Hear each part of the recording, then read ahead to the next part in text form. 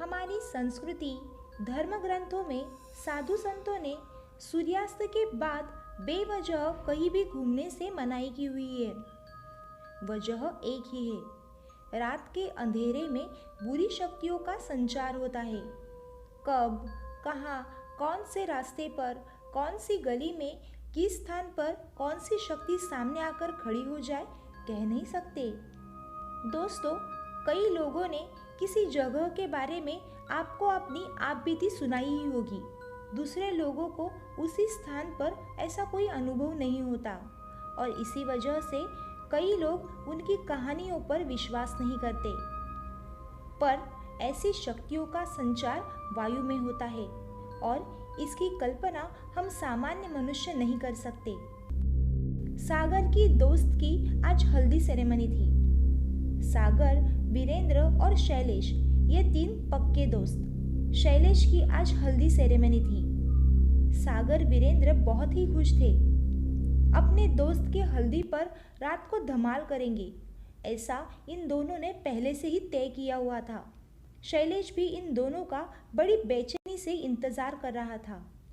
हल्दी वाली रात को डांस की शुरुआत और अंत सागर और वीरेंद्र ही करेंगे, ऐसी इन दोनों ने शैलेश से शर्त लगाई थी। टोटली खुशियों का माहौल था। सागर, वीरेंद्र एक ही गांव में रहते थे, पर शैलेश 2 गांव के पार तीसरे गांव में रहता था। शैलेश के गांव का अंतर बस 4-5 किलोमीटर ही होगा। सागर और वीरेंद्र ने शैलेश के घर वीरेंद्र की बाइक से जाने का प्लान किया था।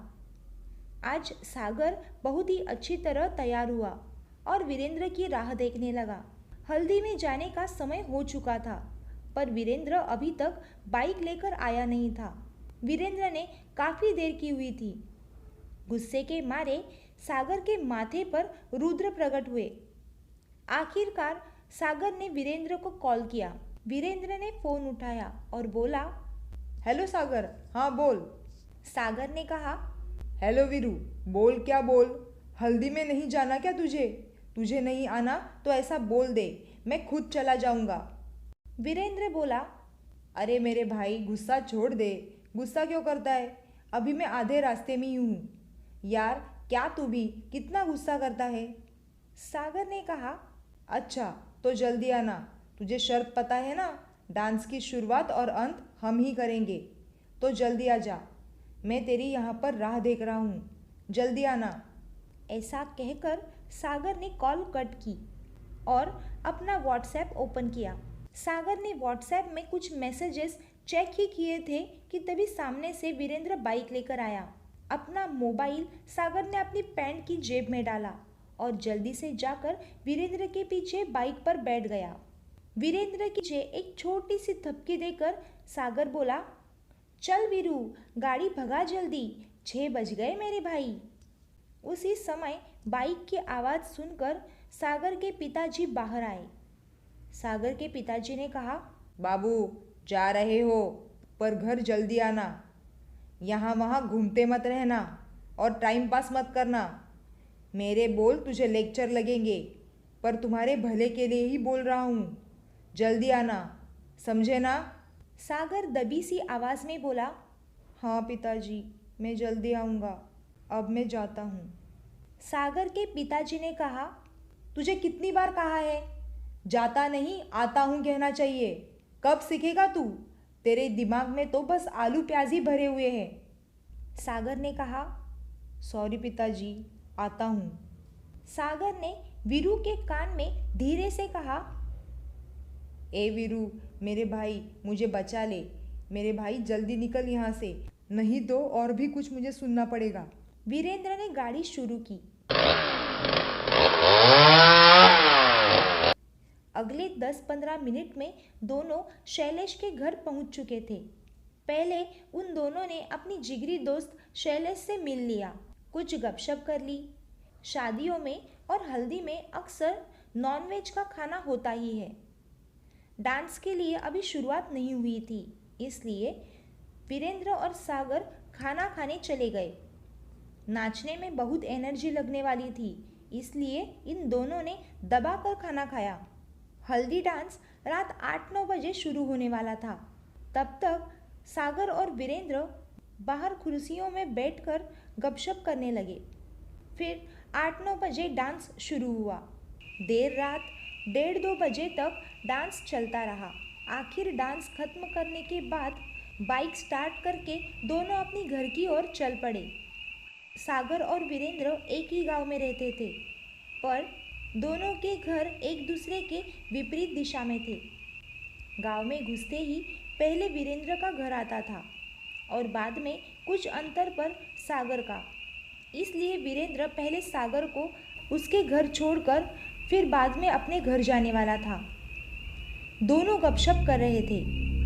सब ठीक चल रहा था। कहते हैं ना, जब सब ठीक चलता है तो तब किसी ना किसी की बुद्धि घास चरने जरूर जाती है।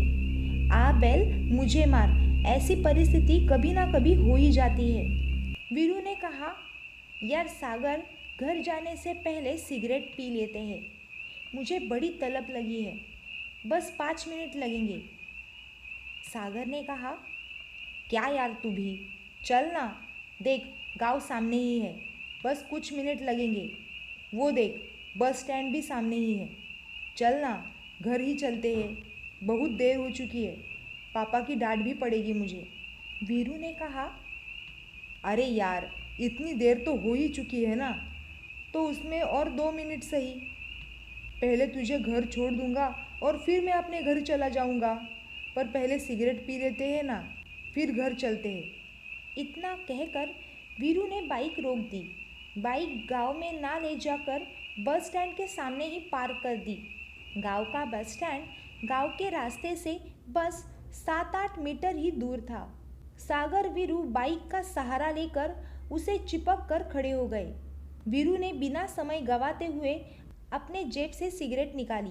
उसने सागर को भी ऑफर की, पर सागर ने मना कर दिया और वीरेंद्र ने भी उसे सिगरेट लेने के लिए जोर नहीं दिया और वह खुद एक सिगरेट निकालकर कश पर कश लेकर पीने लगा। तब तक सागर अपने मोबाइल में स्टेटस देखने लगा। वीरेंद्र ने आधी सिगरेट पी ली थी। तब सागर का ध्यान सामने वाले स्टैंड पर गया। बस स्टैंड पर कोई खड़ा था। वो आदमी सागर और वीरेंद्र के सामने ही खड़ा था, पर उसकी पीठ उनके तरफ थी। सागर का ध्यान जाते ही उसने वीरू को भी वह इंसान दिखाया। दोनों उस इंसान को घूरने लगे। उस व्यक्ति ने काले कपड़े पहने हुए थे। सागर ने कहा, यार इतनी रात को हमारे बस स्टैंड पर कोई नहीं होता, ये कौन है? वीरेंद्र ने कहा, पता नहीं यार कौन है ये। दोनों एक दूसरे के सामने देखकर बात कर रहे थे। उन दोनों ने फिर से बस स्टैंड की तरफ देखा और सामने का दृश्य देखकर उन दोनों को जोर का शॉक लगा, क्योंकि सामने खड़ी हुई व्यक्ति अब बस स्टैंड की इतनी लंबी हो चुकी थी, जो बस स्टैंड के ऊपर वाली छत तक लंबी थी। उसका आकार बढ़ चुका था। सामने का वह नज़ारा देखकर वीरेंद्र और सागर का दिल दहल गया। वीरेंद्र की सिगरेट उसके हाथ से डर के मारे छूट गई और उसके ही पैरों पर गिर पड़ी। वीरू को कुछ सेकंड में ही उस सिगरेट की जलन महसूस हुई। उसने अपना पैर झटका और फिर ऊपर देखा, तो वह सामने वाली आकृति अब बस स्टैंड के सामने वाले पेड़ के इतनी लंबी हो चुकी थी। उसका वह इतना लंबा आकार देखकर वीरू के पैर तो लटपटाने लगे। वीरू अपनी शरीर की सारी शक्ति जुटाकर बाइक वही छोड़कर भागने लगा। डर के मारे भागते समय वह जमीन पर गिर पड़ रहा था, पर सांस लेने तक के लिए वह नहीं रुका और 2 ही मिनट में वह अपने घर पहुंच चुका था। घर पर पहुंचते ही वह दरवाज़ा जोर जोर से पीटकर भूत भूत चिल्लाने लगा। उसकी आवाज़ से घरवाले और पड़ोसी भी जाग गए। सब बाहर आए। वीरू चिल्लाने लगा, बस स्टैंड पर भूत है, मैं और सागर वहां से आ रहे थे ना तब। इतना कहकर वीरेंद्र चुप हो गया और फिर से बोला, अरे बाप रे, सागर वहीं पर रह गया शायद। इतना कहकर वो फिर से बस स्टैंड की ओर भागने लगा और वीरेंद्र के पीछे उसके घर वाले और पड़ोसी भी भागने लगे। वीरेंद्र स्टैंड पर पहुंचा। उसने देखा कि वह आकृति अब 30-40 फीट ऊंची हो चुकी थी और अपने लंबे लंबे हाथ सागर की ओर धीरे धीरे से बढ़ा रही थी। उस आकृति का कोई चेहरा नहीं था, बस वह धीरे धीरे सागर की ओर बढ़ी चली जा रही थी। वीरू यह देखकर चीखा, सागर भाग वहां से! पर सागर कोई जवाब नहीं दे रहा था। वीरू की आवाज उसके घर वालों ने और पड़ोसियों ने सुनी और वे भी स्टैंड पर पहुंच चुके थे, पर भीड़ जमा होने के कारण वह आकृति कहीं लुप्त हो गई। जैसे पानी में नमक घुल जाता है, उसी तरह वह आकृति भी कहीं हवा में घुल मिल गई थी। उसकी गायब होते ही वीरू भागकर अपने दोस्त सागर के पास पहुंचा। सागर अब होश में आ चुका था। वीरू ने कहा, तू उसे देखकर भागा क्यों नहीं? सागर ने कहा, अरे मुझे कुछ समझ में ही नहीं आ रहा था कि क्या चल रहा है। मुझे तेरी आवाज़ तो सुनाई दे रही थी, पर वहाँ से मैं भागूं या हिलूं ऐसा मुझे लग ही नहीं रहा था। बस उस आकृति को देखता ही रहूं ऐसा लग रहा था। इतने में सारे लोग वहाँ पर जमा हो चुके थे। उनकी कहानी सुनकर किसी को उन पर यकीन नहीं हो रहा था, क्योंकि ऐसा कहने वाले ये दोनों पहले थे। हर रोज़ दिन के समय, शाम के समय बहुत सारे लोग ट्रैवल करते थे, पर ऐसा अनुभव किसी को नहीं आया था। ऐसा अनुभव लेने वाले ये दोनों पहले थे। इसलिए कुछ लोगों को झूठ तो किसी को सच लगा। दोस्तों, अनुभव सबसे ज़रूरी है, क्योंकि ऐसा अनुभव जिसे होता है वही जानते हैं कि उन पर क्या बीती है। जिन्हें ऐसा अनुभव नहीं होता वो भूतों और शैतानों को क्या, खुद भगवान को भी नहीं मानते।